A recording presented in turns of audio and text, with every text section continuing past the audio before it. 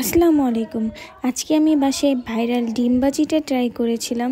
ডিম ভাজি করতে গিয়ে আমার কি অবস্থা হলো সেটাই তোমাদের সাথে আজকে শেয়ার করব।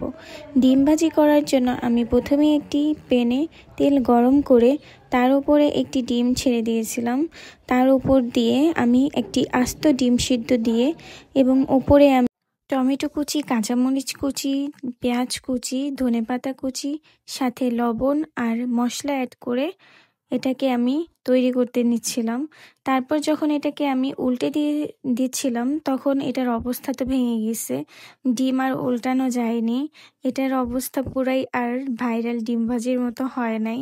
দেন সিদ্ধ ডিমটা আমি উঠিয়ে এই ডিমটাকে ডিম চচ্চড়ি করে ফেললাম। আর ডিম চচ্চড়িটা খেতেও কিন্তু বেশ মজা হয়। গরম ভাত অথবা পরোটার সকালের নাস্তায় তোমরা এভাবে বানিয়ে খেতে পারো।